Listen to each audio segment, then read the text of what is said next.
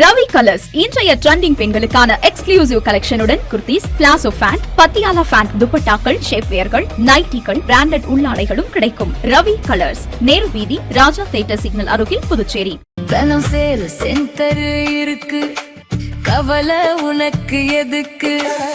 ஈஸியான இஎம்ஐ நமக்கு விலையும் ரொம்ப குறைவா இருக்கு. கூலர், ஃப்ரிட்ஜ், வாஷர் எல்லாம் வேற லெவல். கோஸ் பம்ப் தனம்ல ஏசி வாங்கி சம்மரை சில் பண்ணுங்க. தனம் சேல் சென்டர், காமராஜ் சாலை, பாண்டிச்சேரி. வணக்கம். முக்கிய செய்திகள்.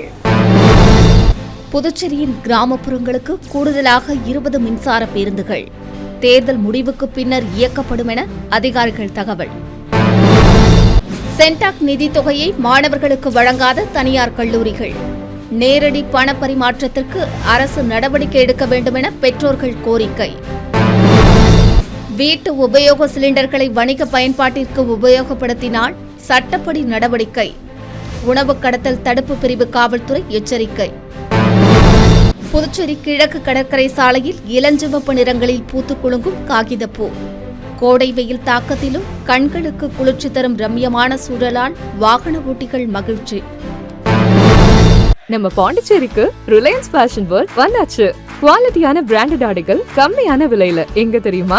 அண்ணா சாலை, ரத்னா தியேட்டர் பக்கத்துல இருக்க நம்ம ரிலையன்ஸ் ஃபேஷன் வேர்ல்ட் தான். இங்க கலெக்ஷன்ஸ் எல்லாமே ட்ரெண்டுக்கு ஏத்த மாதிரி இருக்கு. 1999 ரூபாய்க்கு மேல பர்ச்சேஸ் பண்ற அனைவருக்கும் Cello brand kettle, John Players duffel bag மற்றும் அமெரிக்கன் டூரிஸ்டர் ட்ராலி பேக் போன்ற பரிசுகளும் இருக்கு. பிராண்டட் ஆடைகள் வாங்க Anna Salai Reliance fashion world வாங்க. Reliance fashion world, Anna Salai, Ratna theatre அருகில், புதுச்சேரி. இனி விரிவான செய்திகள். தேர்தல் முடிவுக்கு பின்னர் புதுச்சேரி கிராமப்புறங்களில் கூடுதலாக 20 மின்சார பேருந்துகள் இயக்கப்படும் என தெரிவிக்கப்பட்டுள்ளது. புதுச்சேரியில் ஸ்மார்ட் சிட்டி திட்டத்தின் கீழ் பல்வேறு மேம்பாட்டுப் பணிகள் மேற்கொள்ளப்பட்டு நகரம் புதுப்பொலிவுடன் மாற்றப்பட்டு வருகிறது. சாலைகள், மழைநீர் கால்வாய்கள், பாதாள சாக்கடைகள் உள்ளிட்டவைகள் சீரமைக்கப்பட்டு வருகின்றன. அதன் ஒரு பகுதியாக நகரில் சுற்றுச்சூழலை பாதுகாப்பதற்காக மின்சார பேருந்துகள் இயக்க நடவடிக்கை எடுக்கப்பட்டது. அதன்படி மத்திய அரசு நிதியுதவியுடன் புதுச்சேரிக்கு 100 மின்சார பேருந்துகள் ஒதுக்கப்பட்டுள்ளன. முதற்கட்டமாக கடந்த ஆண்டு 25 மின்சார பேருந்துகள் வந்தன. இவை தனியார் பங்களிப்புடன் இயக்கப்பட்டு வருகின்றன. இந்த பேருந்துகளுக்கு பொதுமக்களிடையே நல்ல வரவேற்பும் கிடைத்துள்ளது. இந்த நிலையில் மேலும் 20 மின்சார பேருந்துகள் புதுச்சேரிக்கு வந்துள்ளன. இதற்காக மேட்டுப்பாளையத்தில் உள்ள போக்குவரத்து முனையத்தில் இடம் ஒதுக்கப்பட்டு அங்கு பேருந்துகள் நிறுத்தி வைக்கப்பட்டுள்ளன. தேர்தல் முடிவு வெளியான பிறகு இந்த பேருந்துகள் கிராமப்புறங்களுக்கு இயக்கப்பட உள்ளதாக அதிகாரிகள் தெரிவித்துள்ளனர். சென்டாக் கல்வி உதவித்தொகை திட்டத்தில் நேரடி பண பரிமாற்றத்தை மேற்கொள்ள அரசு நடவடிக்கை எடுக்க வேண்டும் என்று பெற்றோர்கள், மாணவர்கள் கோரிக்கை விடுத்துள்ளனர். புதுச்சேரி மாநில அரசின் உயர்கல்வி திட்டங்களில் மிக முக்கியமானது சென்டாக் மூலம் வழங்கப்படும் கல்வி உதவித்தொகை திட்டம். குறிப்பாக பொருளாதார ரீதியாக பின்தங்கிய மற்றும் நடுத்தர வர்க்க மாணவர்கள் பொறியியல் போன்ற உயர்கல்வியை பயில இந்த திட்டம் பெரும் ஊன்றுகோலாக அமைந்தது. திட்டத்தின் கீழ் சென்டாக் மூலம் அரசு மற்றும் தனியார் கல்லூரிகளில் சேரும் அனைத்து மாணவர்களுக்கும் அரசே கல்விக் கட்டணம் நேரடியாக கல்லூரிகளுக்கு செலுத்துகிறது. ஆனால் கடந்த 3 ஆண்டுகளாக நிதி நெருக்கடியில் கல்விக் கட்டணத்தை கல்லூரிகளுக்கு செலுத்தவில்லை. மாணவர்களை நிதியை திரட்டி கட்டி வந்தனர். இந்நிலையில் 2023-24 கல்வியாண்டில் சேர்ந்த மாணவர்களுக்கான கல்வி உதவித்தொகை ஆண்டுக்கு 25,000 ரூபாய் புதுச்சேரி அரசால் கடந்த ஜனவரி மாதம் அந்தந்த கல்லூரிகளுக்கு விடுவிக்கப்பட்டது. ஏற்கனவே கல்விக் கட்டணம் கட்டப்பட்ட நிலையில் இந்த நிதியை மாணவர்களுக்கு அந்தந்த கல்லூரிகள் திருப்பி தர வேண்டும். ஆனால் அரசு நிதி வழங்கிய பிறகும் கடந்த 3 மாதங்களாக சில தனியார் தன்னாட்சி கல்லூரிகள் அந்த தொகையை மாணவர்களுக்கு வழங்காமல் காலம் கடத்தி வருகின்றன. இந்நிலையில் மாணவர்களுக்கு வரும் மே மாதம் செமஸ்டர் தேர்வுகள் தொடங்க உள்ள நிலையில் இதற்கான தேர்வு கட்டணம் மற்றும் இதர நிலுவைத் தொகைகளை செலுத்த வேண்டிய கட்டாயத்தில் தள்ளப்பட்டுள்ளனர். அரசு வழங்கிய உதவித்தொகை கையில் கிடைத்திருந்தால் அதை கொண்டு தேர்வு கட்டணத்தை செலுத்தியிருக்க முடியும். கல்லூரிகள் நிதியை தராமல் இழுத்தடிப்பதால் ஏழை பெற்றோர்கள் மீண்டும் கடன் வாங்கும் சூழ்நிலைக்கு தள்ளப்பட்டுள்ளனர். தற்போது நிலவி வரும் இந்த சிக்கலுக்கு நிரந்தர தீர்வாக மாணவர்கள் மற்றும் பெற்றோர்கள் நேரடி பண பரிமாற்றத்தை முன்வைத்துள்ளனர். கல்வி உதவித்தொகையை தனியார் கல்லூரிகளின் கணக்கில் செலுத்தாமல் நேரடியாக மாணவர்களின் வங்கித் தொகையில் வரவு வைக்க வேண்டும் என்றும் இதனால் கல்லூரிகள் நிதியை தேக்கி வைக்கும் நிலை மாறும் என்றும் நிர்வாக தாமதங்கள் குறைந்து உரிய நேரத்தில் மாணவர்களுக்கு பணம் சென்றடையும் என்றும் தெரிவித்துள்ளனர். சென்டாக் நிர்வாகம் மற்றும் புதுச்சேரி அரசு இந்த விவகாரத்தில் உடனடியாக தலையிட வேண்டும் என்றும் பெற்றோர்கள் கோரிக்கை விடுத்துள்ளனர். புதுச்சேரியில் வணிக சிலிண்டர் தட்டுப்பாடு ஏற்பட்டுள்ள நிலையில் வீட்டு உபயோக சிலிண்டர்களை வணிக உபயோகத்திற்கு பயன்படுத்தினால் சட்டப்படி நடவடிக்கை எடுக்கப்படும் என்று துறை எச்சரித்துள்ளது. அமெரிக்கா ஈரான் போர் தொடங்கியதை அடுத்து இந்தியாவில் எரிபொருள் தட்டுப்பாடு ஏற்பட்டது. குறிப்பாக கேஸ் சிலிண்டருக்கு பற்றாக்குறை நிலவுகிறது. வணிக கேஸ் சிலிண்டர் தட்டுப்பாடு காரணமாக தள்ளுவண்டி ஹோட்டல்கள் முதல் நட்சத்திர ஹோட்டல்கள் வரை பாதிக்கப்பட்டுள்ளன. சுற்றுலா நகரமான புதுச்சேரியிலும் வணிக கேஸ் தட்டுப்பாடு பெரும் பாதிப்பை ஏற்படுத்தியுள்ளது. வணிக கேஸ் சிலிண்டர் தட்டுப்பாடு காரணமாக உணவுப் பொருட்கள் மற்றும் டீ காஃபி விலையும் கிடுகிடுவென உயர்த்தப்பட்டுள்ளது.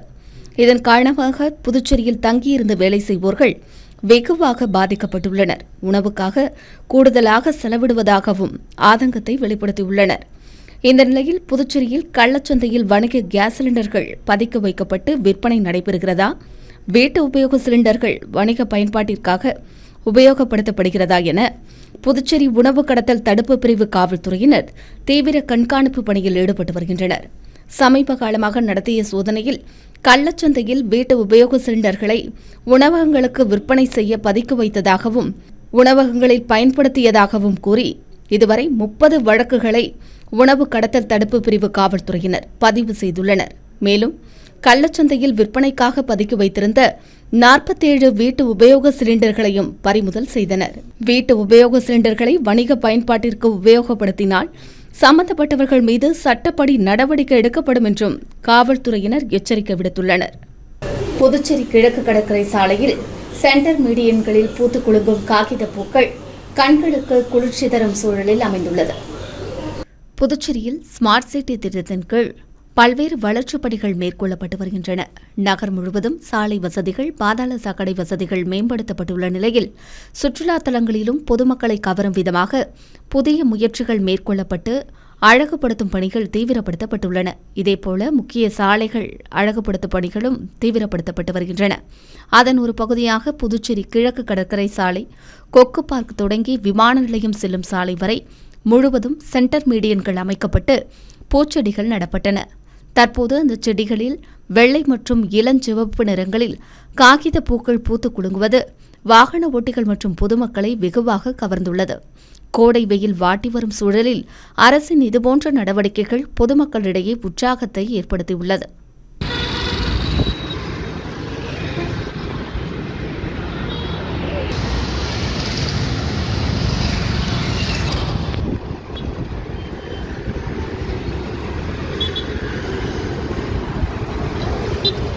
புதுச்சேரியில் வரத்து அதிகரித்துள்ளதால் சாத்துக்குடி பழங்களின் விலை வீழ்ச்சியடைந்துள்ளது. புதுச்சேரியில் கடந்த சில தினங்களாக வெயில் சுட்டெரித்து வருகிறது. கடும் வெயில் காரணமாக பழச்சாறு, இளநீர், கரும்புச்சாறு விற்பனையும் களை கட்டியுள்ளது. இது மட்டுமின்றி எலுமிச்சை, சாத்துக்குடி உள்ளிட்ட பழச்சாறு தயார் செய்வதற்கு பழங்களை தேடி செல்வோரின் எண்ணிக்கையும் அதிகரித்துள்ளது. தர்பூசணி, முலாம் பழங்கள் விற்பனையும் சூடுபிடித்துள்ளது. இந்நிலையில் நீர்ச்சத்து நிறைந்த சாத்துக்குடி, ஆரஞ்சு பழங்கள் விற்பனைக்கு புதுச்சேரியில் குவிந்துள்ளன. ஆந்திரா, கர்நாடகாவிலிருந்து புதுச்சேரி பெரிய மார்க்கெட்டுக்கு லாரிகள் மூலம் சாத்துக்குடி பழங்கள் விற்பனைக்கு வருகின்றன. தற்போது ஆந்திராவில் அதன் அறுவடை நடைபெற்று வரும் நிலையில் விளைச்சல் அதிகரித்துள்ளதால் புதுச்சேரிக்கு வரத்து அதிகரித்துள்ளது. இதனால் சாத்துக்குடி பழங்கள் விலை வீழ்ச்சியடைந்துள்ளது. புதுச்சேரியில் உள்ள பழக்கடைகளில் தரத்திற்கு ஏற்றவாறு 1 கிலோ சாத்துக்குடி 40 ரூபாய் முதல் 60 ரூபாய் வரை விற்பனையாகிறது. நடமாடும் வாகனங்களில் 3 கிலோ 100 ரூபாய்க்கும் விற்பனை செய்யப்படுகிறது. கோடை வெயிலை சமாளிக்க பொதுமக்கள் குறைந்த விலையில் சாத்துக்குடி பழங்களை ஆர்வத்துடன் வாங்கி செல்கின்றனர். புதுச்சேரியில் சட்டமன்ற தேர்தலின் போது பொதுமக்களுக்கு பணப்பட்டுவாடா செய்த 4 பேர் மீது வழக்கு பதிவு செய்யப்பட்டுள்ளது. புதுச்சேரி சட்டசபை தேர்தல் கடந்த 9ஆம் தேதி நடைபெற்று முடிந்தது. வாக்கு எண்ணிக்கை வருகிற மே 4ஆம் தேதி நடைபெறவுள்ள நிலையில் தேர்தலையொட்டி வாக்காளர்களுக்கு பணப்பட்டுவாடா செய்த நபர்கள் மீது காவல்துறையினர் வழக்கு பதிவு செய்து நடவடிக்கை எடுத்து வருகின்றனர். அதன்படி மணவெளி தொகுதி பிள்ளையார் கோவில் தெருப்பகுதியில் வாக்காளர்களுக்கு பணப்பட்டுவாடா செய்த காமராஜ், கார்த்திகை வீரன் உள்ளிட்டோர் மீது அரியங்குப்பம் காவல்துறையினர் வழக்கு பதிவு செய்துள்ளனர். அவர்களிடமிருந்து 1,22,000 ரூபாய் பறிமுதல் செய்யப்பட்டது. இதேபோல நோணாங்குப்பம் புதுநகர் பகுதியில் வாக்காளர்களுக்கு பணப்பட்டுவாடா செய்த நாகராஜ், விஜய் உள்ளிட்டோர் மீது வழக்கு பதிவு செய்து அவர்களிடம் 34,000 ரூபாய் பறிமுதல் செய்யப்பட்டுள்ளது. அகவிலைப்படியை வழங்க வலியுறுத்தி புதுச்சேரி அரசு ஊழியர் சம்மேளனத்தினர் ஆர்ப்பாட்டத்தில் ஈடுபட்டனர். மத்திய அரசு ஒவ்வொரு ஆண்டும் ஜனவரி மற்றும் ஜூலை மாதங்களில் மத்திய அரசு ஊழியர்களுக்கு அகவிலைப்படியை உயர்த்தி வழங்குவது வழக்கம். ஆனால் இந்த ஆண்டுக்கான அகவிலைப்படி இதுநாள் வரை உயர்த்தப்படவில்லை. இதை கண்டித்து அரசு ஊழியர் சங்கங்களின் சம்மேளனம் சார்பில் அண்ணா சாலையில் ஆர்ப்பாட்டம் நடத்தப்பட்டது. ஆர்ப்பாட்டத்திற்கு சம்மேளன தலைவர் ரவிச்சந்திரன் தலைமை தாங்கினார். கௌரவ தலைவர் பிரேமதாசன், பொதுச் செயலாளர் முனுசாமி ஆகியோர் முன்னிலை வகித்தனர். அரசு ஊழியர்களுக்கு வழங்கப்படாமல் உள்ள அகவிலைப்படியை உடனடியாக உயர்த்தி வழங்க வலியுறுத்தி ஆர்ப்பாட்டத்தில் மத்திய அரசுக்கு எதிராக கோஷங்கள் எழுப்பப்பட்டன.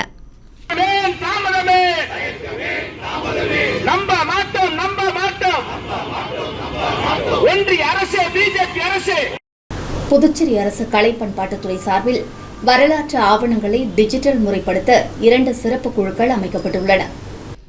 வரலாற்று ஆவணங்களை உயர் தொழில்நுட்பத்தில் டிஜிட்டல் வடிவில் ஆவணப்படுத்த தேசிய அளவில் பணிகளை இந்திய அரசின் கலாச்சார அமைச்சகம் முடிவு செய்துள்ளது. இதற்காக நாடு தழுவிய தேசிய பழஞ்சுவடிகள் கணினி மயமாக்குதல் முயற்சியாக இந்தியா முழுவதும் கல்வி நிறுவனங்கள், அருங்காட்சியகங்கள், நூலகங்கள் மற்றும் தனியார் சேமிப்புகளில் உள்ள பழஞ்சுவடிகளை ஆய்வு செய்தல், பதிவேற்றல், பாதுகாத்தல், டிஜிட்டல் வடிவில் மாற்றுதல் உள்ளிட்ட பணிகள் நடைபெற்று வருகின்றன. அந்த வகையில் புதுச்சேரி அரசு கலை பண்பாட்டுத்துறை வரலாற்று ஆவணங்களை டிஜிட்டல் வடிவில் ஆவணப்படுத்த அரசு அதிகாரிகள், தொல்லியல் ஆர்வலர்கள் மற்றும் மாணவர்கள் கொண்ட 2 சிறப்பு குழுக்கள் ஏற்படுத்தப்பட்டுள்ளது. நாடு முழுவதும் உள்ள பழஞ்சுவடிகளை முறைப்படுத்தும் நோக்கில் மாநில மொழிகளில் உள்ள விலைமதிப்பற்ற பழஞ்சுவடிகளை முழுமையாக கணினி மயமாக்குவதே இதன் நோக்கமாகும். இந்த திட்டம் தொழில்நுட்ப அடிப்படையிலான முறையில் இந்தியாவின் பழஞ்சுவடி பாரம்பரியத்தை உரிய முறையில் பாதுகாக்கவும் பொதுமக்களும் எதிர்வரும் சந்ததியினரும் பயன்படுத்த வழி செய்யும் என்று தெரிவிக்கப்பட்டுள்ளது. இந்த முயற்சியில் பொதுமக்களும் தன்னார்வலர்களும் பங்கேற்று அறிவார்ந்த பாரதம் செயலியை பதிவிறக்கம் செய்து தங்களிடம் உள்ள தொன்மையான பழஞ்சுவடிகள் ஆவணங்களை பதிவேற்றம் செய்ய வேண்டும் என்று கேட்டுக் கொள்ளப்பட்டுள்ளது. பகுதி நேர வேலை வாங்கித் தருவதாக இளம்பெண்ணிடம் 5 லட்சம் ரூபாய் ஆன்லைன் மோசடி நடைபெற்றது குறித்து சைபர் கிரைம் காவல்துறை விசாரணை நடத்தி வருகிறது. நெட்டப்பாக்கத்தைச் சேர்ந்த இளம்பெண் ஒருவர் ஆன்லைனில் பகுதி நேர வேலை தேடி வந்துள்ளார். அவரை தொடர்பு கொண்ட மர்ம நபர்கள் ஆன்லைனில் பகுதி நேர வேலை தருவதாக உறுதி கூறினர். பின்னர் ஆன்லைனில் கொடுக்கப்பட்ட இலக்கை முடித்தவுடன் அவருக்கு ஊதியமும் வழங்கப்பட்டுள்ளது. இந்த நிலையில் பணியில் தொடர வேண்டுமெனில் ஆன்லைனில் முதலீடு செய்ய வேண்டும் என்றும் அதன் மூலம் அதிகம் சம்பாதிக்கலாம் என்றும் தெரிவித்துள்ளனர். இதை உண்மை என்று நம்பிய அந்த பெண் பல்வேறு தவணைகளாக 5 லட்சம் ரூபாயை முதலீடு செய்தார். பின்னர் அந்த எண்ணுக்கு தொடர்பு கொள்ள முயன்றபோது முடியவில்லை. இதனால் தான் மோசடி செய்யப்பட்டது குறித்து அதிர்ச்சி அடைந்த பெண் சைபர் கிரைம் காவல்துறையில் புகார் அளித்தார். இதேபோல ஆன்லைனில் பொருட்கள் வாங்க வில்லியனூரைச் சேர்ந்த நபரிடம் 11,000 ரூபாய் மோசடி செய்யப்பட்டது. லாஸ்பேட்டையைச் சேர்ந்த நபரிடம் ஆன்லைனில் பெங்களூரிலிருந்து மும்பைக்கு ரயில் டிக்கெட் முன்பதிவு செய்து தருவதாக கூறி 9,300 ரூபாய் மோசடி நடைபெற்றுள்ளது. புதுச்சேரியில் கடந்த 2 தினங்களில் ஆன்லைனில் 3 நபர்களிடம் 5,20,300 ரூபாய் மோசடி செய்யப்பட்டது குறித்த புகாரின் பேரில் சைபர் கிரைம் காவல்துறையினர் வழக்கு பதிவு செய்து தீவிர விசாரணை மேற்கொண்டு வருகின்றனர். அடுத்து வருவது புதுவையின் இன்றைய தங்கம் மற்றும் வெள்ளி விலை நிலவரம். இன்றைய தங்கம் வெள்ளி விலை விவரம். புதுவையில் இன்றைய தங்கம் வெள்ளி விலை விவரம் வழங்குபவர்கள் முத்து கோல்ட் ஹவுஸ், பாண்டிச்சேரி. தங்கம் 1 கிராம் 14,135 ரூபாய். இன்றைய தங்கம் வெள்ளி விலை விவரம். வெள்ளி 10 கிராம் 2,720 ரூபாய். இத்துடன் ஏஎம்என் செய்திகள் நிறைவடைந்தன. வணக்கம். ஏஎம்என் டிவி செய்திகளை யூடியூபில் உடனுக்குடன் காண ஏஎம்என் டிவி பாண்டிச்சேரி சேனலை சப்ஸ்கிரைப் செய்ய